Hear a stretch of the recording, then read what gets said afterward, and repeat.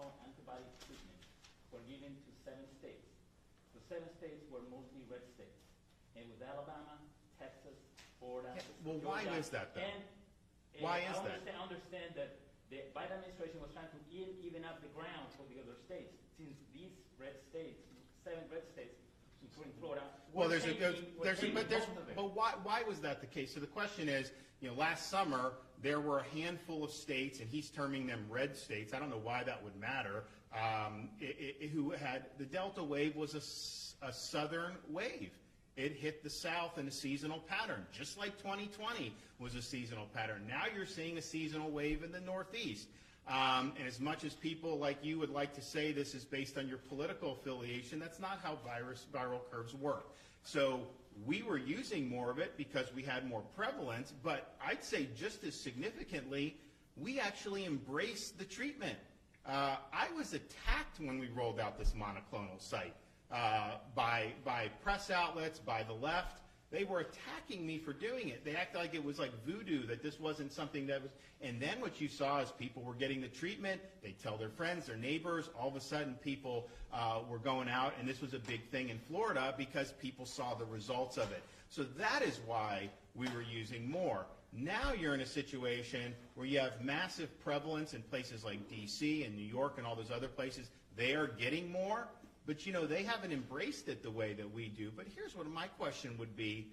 Why are we even in a situation where we are concerned about who gets what? We've had these available for over a year. Why aren't there enough? If the federal government has taken control of this, why didn't they ensure that there would be plentiful supply of this to be able to keep people from being hospitalized because of COVID? Why were they asleep at the switch on that? Why not do it? And why, especially after you saw the positive effect it had in dealing with Delta in the southern states, why wouldn't you have done it? And look, they're under no obligation in some respects to purchase this on their own. But when they don't let us do it, when they have these exclusive agreements, then that's a huge problem. So let us buy some. We will buy some. We bought as much Sotrovimab as we could. That's now off the table. So let's just be real here. The fact that we're even talking about over a year, this stuff came out in December of 2020 under EUA. Sotrovimab came out in the spring of 2021 under EUA. There's plentiful time for them to have gotten this in gear. And I think the fact that they haven't is part of it. They don't believe in the treatment. They said, remember, Fauci said if 50% get vaxxed, there'll be no more waves. Well, we have way more than that across the country, and you have some of the biggest waves you've seen yet. So that was wrong, but they're not willing to pivot to the treatments, and I just think that that's unfortunate. But why you would try to play politics with it? The people that are coming to get treatments, like you say red state or not, how do you know? I mean, is that person either way? I mean, that's just not the way to think about it. I apologize for saying red states, but these have been states that have been very resistant to vaccines and masks. That's not true. First of all, that's not true. Florida, Florida over the summer and today has had higher vaccination rate than the U.S. as a whole. That's just the fact. We've had the highest in the Southeast for pretty much the whole time. We have over 90% of our elderly population for many months has had vaccination. The fact of the matter is, the vast majority of people who get monoclonal treatments have been vaccinated. I know that doesn't fit the narrative. Go down and look at the Miami-Dade site. They actually put it out every day. How many people got treatments, how many were vaxxed versus not vaxxed, and it's always 2, 3, 4 to 1 vaxxed to unvaxxed. So that's just the reality. And so to use the vaccine as a reason to deny treatment or our policies regarding, and let's be honest, they wanted mandatory vaccinations. That's what they were pushing for. Passports to where you can't go into a restaurant. I mean, a 5-year-old kid can't go someplace because he hasn't done this. The clinical trial for 5 to 11-year-olds for Pfizer found no severe COVID outcomes for either the vaccine arm or the control arm. Nobody got severe COVID in that clinical trial, and it was not a very big clinical trial. And so, okay, not one severe case. So why would you deny a kid the ability to do it? But that's what they wanted to do. They wanted it to be mandatory to even send a kid to school with COVID vaccine. They wanted a whole bunch of other policies, and we resisted that. They wanted people to lose their jobs. If they had their way, you would have police officers fired because of this choice. Firefighters would be terminated because of this choice. Nurses, we've stood up for nurses and saved a lot of jobs. So Florida did that. We were one of the few states that stood up and said, you know, we are not going to deny you the ability to earn a living based off your choice on a shot. And that is much different than, I think, what you've seen from the federal leadership. But here we are looking at it now. You know, clearly those heavy-handed policies have not worked, because if they did work, they would not be dealing with any significant COVID right now. And so we just have to understand that, and what great cost have they imposed on our social fabric, on our economy, on people's conception of their individual rights. I mean, it has been a disaster. But even putting that aside, the fact that we approached it different from a mandate perspective is not a basis to deny treatment to Floridians who may need it. So Joe's going to keep fighting. I'm going to keep fighting. We're all going to keep fighting. We have the infrastructure in place. If those shipments come, there'll be another site in Jacksonville the next day. If they come, there'll be sites in South Florida, Central Florida, all across. We're ready. The legislature, we got the money. We have money set aside. We're ready. But we can't do it. We can't give people treatments if the federal government's withholding the treatments. So send us the treatments, and let's get it done. Okay, we got to run. Come on, buddy. I have one question. One more question, doctor.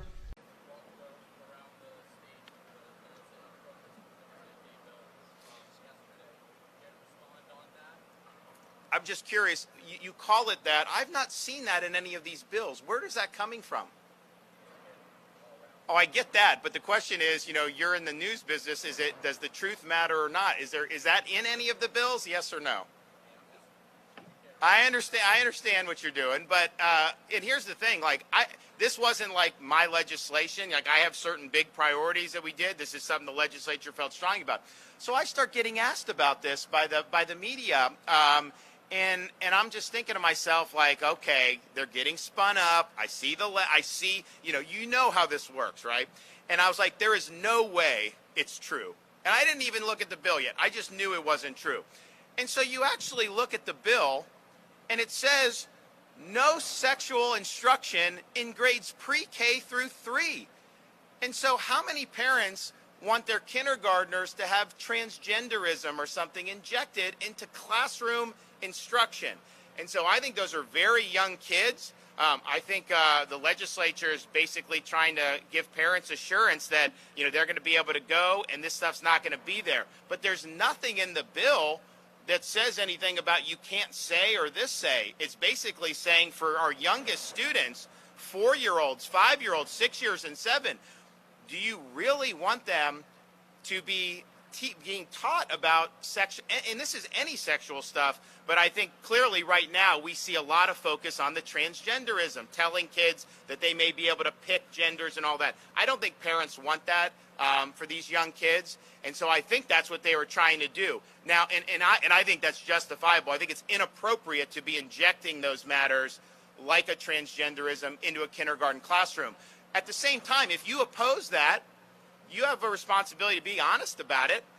What about that specifically? Yeah, you can create a false narrative. You can stage a protest. You can do all those things, but you're not telling the truth about what's actually there. And again, I didn't have a dog in the fight because it wasn't my legislation. The legislature took the lead on it. But when I hear these things and then I look on the paper about what it is, and there's this massive gulf between what it actually says with respect to these very young kids versus what some of these protests in the Capitol or whatever are about, you know. And I get it if you're intentionally just trying to create a political narrative and you know it's not true, but you still do it. That's unfortunately the world we live in. But I do feel that there's some people who haven't read it and who are actually accepting some of the narratives whole cloth. Be very, very careful. You know, when you see that ecosystem starting to spin up narratives, be very, very careful about accepting any of that whole cloth. I mean, we've seen so much over the last couple years that would cause you to be skeptical. So I haven't seen any of that in the bills that are actually presented to me. You know, if they take a radical change, then obviously we'll have to consider what it is. But to provide protections for parents, for preschoolers, kindergartners, first graders, I mean, that is something that I think most parents, you know, would appreciate it. And we send the kids to school, young kids, and we want them to learn the basics. Some of these issues that are just simply not age appropriate, I think parents want to see protection for that. Okay, thanks everybody. We appreciate it. Thanks, guys.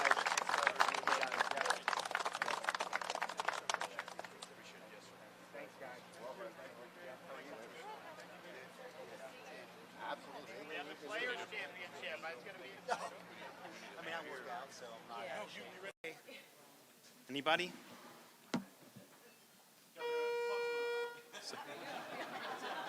Now, did you plan that together when he spoke? Come on. Governor, talked to a lot of people who are gay or transgender and during the process of this bill going through the legislative process. They're afraid that what's not on the page might chill speech in the classroom about people like them or teachers who maybe are gay, and when those topics come up about what your family looks like, they're afraid. Can you talk to them and just assuage their fears? Well, I think what you said is very important. That's not on the page. That's not in the book. We're talking about classroom curriculum. There are different issues that will come up in the course. Kids will have questions on as they get older. I think, honestly, these kids probably aren't at that stage yet, but as you do. And so it's focused on the type of curriculum that we've shown here, which is not appropriate for these young kids. And it also says all grades, it needs to be age appropriate, which I think most people agree with. And then the protections for parents so that they're involved in what is going on with their kids. And when you listen to January tell her story about what they did with her child without her knowledge or consent, I don't think there's very many parents in the state of Florida that think that's okay. I can tell you, I don't think that's okay. First Lady, you don't even want to know what she would say. So that's what it's about. It's about protecting parents' ability to be involved, and it's making sure that the classroom instruction, particularly at these very young age, are focused on math, science, and reading. And what's not on the page is not what's going to be done. We are textualists, so we follow the law, and I know Richard will make sure that the Department of Education is going to follow the letter of the law, and that's how it should be. Yes, sir. Governor, can you then talk about what age appropriate means? Richard, you want to talk about that, because I know you guys in the school boards, and they have different. And if you look at the language, it allows us to. Yep. If you read the last part of the bill, it gives the department once this bill is signed, now we can go and, whether it's the standards, whether it's the curriculum, whether it's the professional development, work it out so that people have that clear understanding. And I think if you talk to teachers, Jeff, you'll find that teachers are supportive of, they want guardrails. Where it's frustrating for a teacher is someone to say, hey, you're in trouble, you crossed the line, and nobody said the line was there. What this does is set clear guardrails, and I'll quote Justice O'Connor, I mean, age appropriate, I think people know what age appropriate is. We wouldn't be here having this discussion if generally speaking, there wasn't a real issue or a real problem. I mean, they're perfect examples. And so I think it's a great bill. It's a great opportunity for the department to make clear guidelines and guardrails for the teachers, and I think the teachers will be happy with that. I thought that it was already not allowed to be taught in K-3 anyway. It's not part of the standard. No, what do you see happening? That was here in Palm Beach. I mean, that's found in Florida when you have the genderbread man, and I think the Palm Beach, as you said, for second grade, they were saying it. And I think that's a good point, Richard, with the teachers. People that go in to teach kindergarten do not want to be teaching this as part of the curriculum. They want to focus on things that are core academic subjects and then obviously are age appropriate. I think the danger in how this has gotten in is not because most teachers want it to be. I think it's because these are directives from on high, from the bureaucracy, or from very politicized members of school boards. And I think that's what we've seen across the country. So most teachers just want to teach. They're not getting involved with very young kids to try to pursue some type of ideological agenda. They just want to do it. And so I think in some ways it's a parent's protection, but I also think it's a teacher protection, because now teachers will be protected against someone from on high, whether in a bureaucracy or in a school board, telling them that they need to do genderbread manner, telling them that they need to talk about things like transgender to a first or second grader. Let's focus on the core academic subjects. Those issues, particularly for that age, that's something that parents can discuss or not as they deem appropriate, but that is not the right of a school district to supersede the parents' rights and inject things that the parents don't think are appropriate at those ages. Governor, what's the biggest misconception to you that you're hearing people talk about this bill that bothers you the most? Well, honestly, I think it's just the fact that they tried to sloganeer, they tried to create things that were not in the legislation, which that's politics. That's what happens. But they're doing it, I think many of these leftist politicians, they're doing it because they actually support having woke gender ideology in first grade. They support how January was treated by the school system there. They don't think parents should know. They think you should be able to have a school district that will gender transition somebody without even telling the parents or giving them the consent. So they've got to figure out a way to camouflage that policy position, because that is not a policy position that is going to be terribly popular. So I think that they've gone through sloganeering and all these things really out of desperation, because they know they could never argue their position on the merits. They would have to, they would crumble, I think, under the weight of outrage from parents if they were actually standing on the wall and saying that they support those things. And what I just say is, look, stand up and say what you're for, okay? If what you're for is good, you should be willing to stand up there and sing it to the heavens and let the chips fall where they may. The fact that you don't, the fact that you're trying to concoct narratives and manufacture this stuff, that just shows me that you're taking positions that are totally untenable. And so I'm not surprised. The funny thing was like, I think, Evan, you were one of the first to ask me. I just started getting asked about it. I wasn't even following how they're doing the language and all this. And I start hearing these slogans, and I'm like, okay, I know it's BS, right? I don't know what exactly they wrote. I just know this is BS. I can sniff this a mile away. So then when I went back and read what the kind of the language was that they were debating, and it says, no classroom instruction on sexuality or gender identity for grades K through 3. I'm like, you've got to be kidding me. Are they honestly going to go? Is this the hill they want to die on? And I understand they had dressed it up differently, but I was like, there is no way that is something. But I think it was out of desperation, because they knew they couldn't defend it on the merits, and so they had to do it. The good thing is people reject these narratives nowadays because they know so many of them are false. And so what are they trying to tell you? Why are they doing that? Who's doing that? And when it's the usual suspects, I think the majority of people in Florida, they chalk it up to, that's just business, usual suspects, we're not worried about it. But look, at the end of the day, stand up and say what you're for. If you think January should have been treated that way, then stand up and make that case. I don't think very many people think that. If you think that a Florida parent sending their kid to first grade should have the genderbread man in there talking about being a different gender as for a 6-year-old kid or 7-year-old kid, say that and try to make the case for it. But just be honest about where you're coming from on all this. And so I just want to thank you guys for coming. Yeah, absolutely. We appreciate what you're doing. Thanks, everybody. God bless.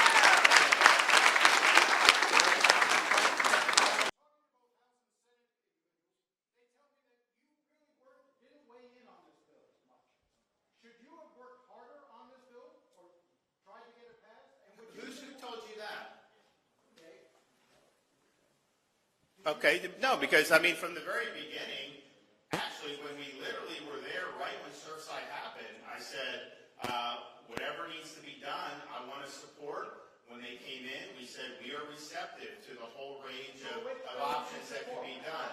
Well, listen, okay. So we were very receptive. We wanted to be able to sign something that was going to make an impact. But the idea that somehow I was trying to not support it was not true. We were always there wanting to help out. And so we did. Mark Langsfeld, whose sister died in the crash, said that he tried to meet with you and other families tried to meet with you during the session to get your support. Yeah, but I've met with him several times. I've met with a lot of the families multiple times. I never in any way indicated opposition to anything that was going on. So that's just, Glenna. I supported them providing me a bill that would address the issue. Of course I did. I've said that repeatedly from the very beginning. If they can do it, then they can do it, absolutely. But they have to agree on something. It's the same thing we want to do insurance. I think we're going to be able to get there, but they didn't get the insurance done, and so we've got to get a product, and then you get it across the finish line. And so the minute they tell me that that is something that they have the ability to get across, we could add it, absolutely. Glenna. Well, we're excited about this. I think this is going to be tremendous for the community, and I think it's a really fitting tribute. So we're happy about that. This is one of many things that have been done over the most recent legislative session. Have been very productive. There are some things that we were working on that didn't quite make it over to the finish line, and so what I said is on some of these issues that if we can get to a place where we can eventually punch it through, then we would absolutely do a special session. And so those are issues like property insurance and trying to bring some sanity and stabilize and have a functioning market. I'm confident that we're going to be able to get that done. I am not confident we'd be able to punch it through this week, but what I will be signing this week is a proclamation to set the dates for a special session in May. We're going to work with the legislative leaders on those dates, and it will have as the main focus the reform of the property insurance market. We may also address other issues that came close to getting across the finish line that maybe we can tweak and get there. And once we have an agreement on that, I'll be announcing that as an addition as well. So with that, I'm happy to take any questions. Yes, sir.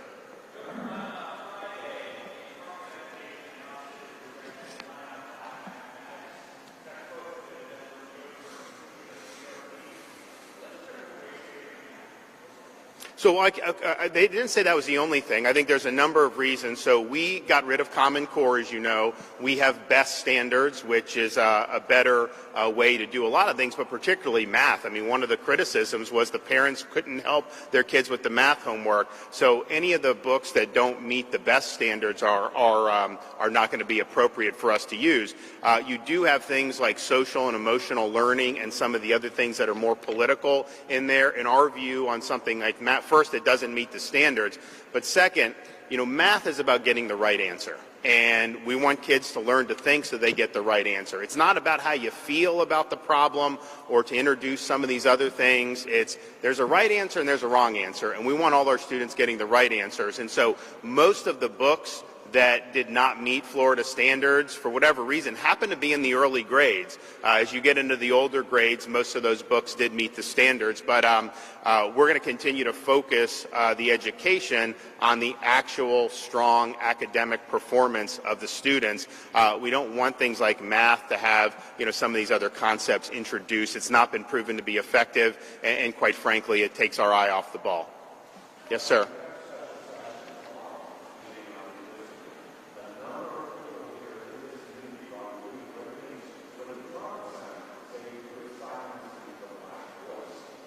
And that's not true. I mean, look, this whole issue is a serious constitutional issue. I can tell you, a lot of folks here, when you have someone that's 160 miles away, there's been complaints about constituent service and things like that.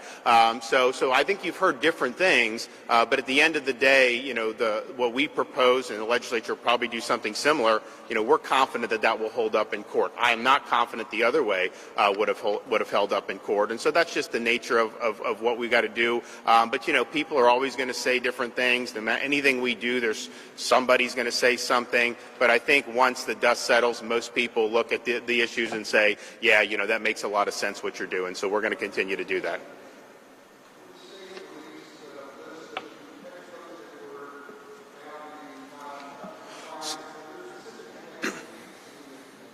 So I would say, one, talk to the Department of Education for more background on it. What they have told me is that there's an appeal process that the textbook publishers can go through. And right now, what's in their textbooks is considered proprietary information. So I would be perfectly fine with doing that. That's just not been their standard of practice, and it's not because they don't want to release. It's just because these are textbooks and this is how they do it. So some of those textbooks will be able to say, hey, we should appeal. Some may agree to tweak some of the things. If there's things, if there's Common Core math, maybe they'll be able to dial that back. So there's a process that they're going to go under. But I would talk to the Department of Education and ask them what they were going to do. I would like it to be released, but I also respect the process. Sure. Yes. FEMA Administrator Criswell said today that she acknowledged concerns that Florida, as was said, lacks response to the storm so far, and that Whoa. Give me a break. That is nonsense. Stop politicizing, okay? Stop it.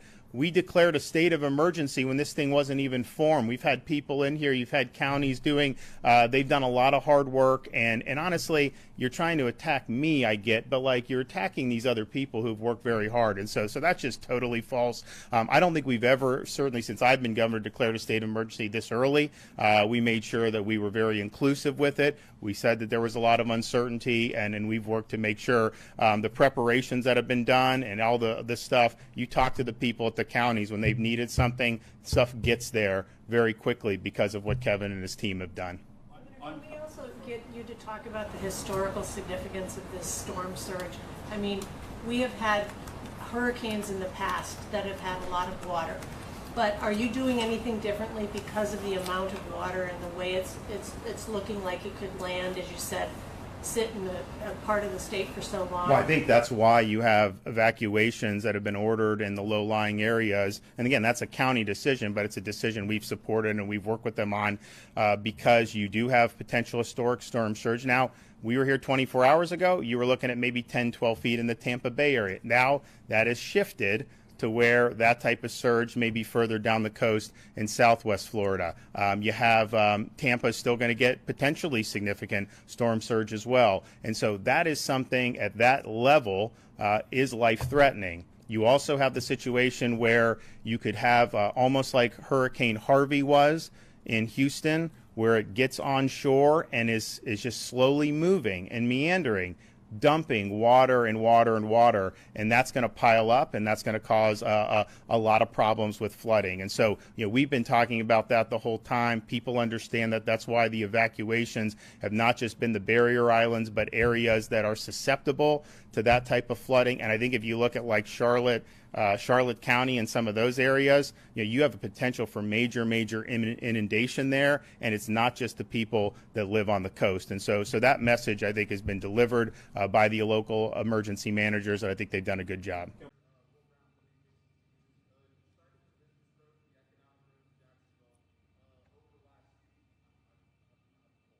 No problem.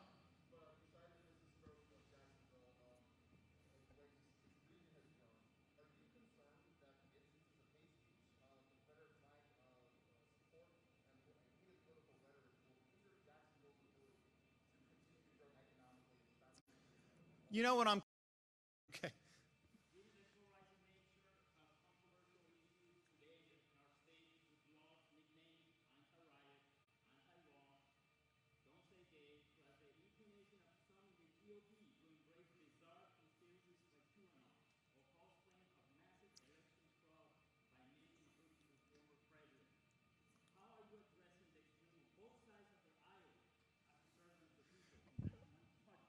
So here's what I would say.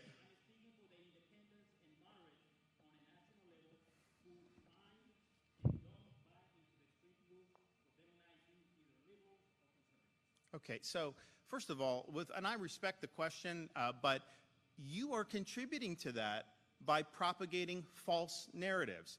Don't say gay is a false narrative. And you know what? Well, listen. Here's the thing. That was a false narrative. And the difference, I think, in Florida is we fight back against that.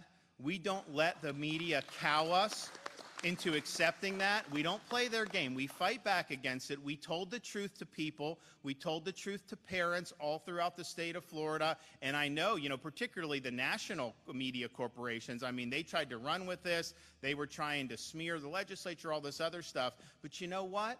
the people here, they saw the facts and they responded and they supported us. And here's the thing. If you look at what we've been able to accomplish in 4 years, we've run the gamut in delivering results across a wide range of issues. I don't think there's any governor in the country that can have more achievements in a wider variety of subject matter than we have. Yes, you know the economy, you know the tax relief, you know our conservation record and what we've done with environment more than any other governor. You've seen what we've done with education. We've raised teacher pay more than any other governor has done. We've supported school choice. We've obviously want to have age-appropriate curriculum and support parents' rights. You look at what we've done on law and order to make sure that we stand with law enforcement and our first responders. So we've done all those things, and I think what that does is that brings people together. You don't win by 1.5 million votes unless you're doing an agenda that a lot of people buy into. That's just the honest truth. And so what I do is I let my actions speak. You know, I'm not always out there commentating on social media, doing this, doing that. I know there's some that think that's some in the media think you have to be constantly glued to your computer all day. That's not how I live my life. That's not leadership. Leadership is about setting the vision and then producing results. And so our actions are really what matters. And I think if you look at our actions have been very strong, they've been very thorough, and we've delivered historic results for the people of this state. And you know what? We've only just begun. Thanks, everybody.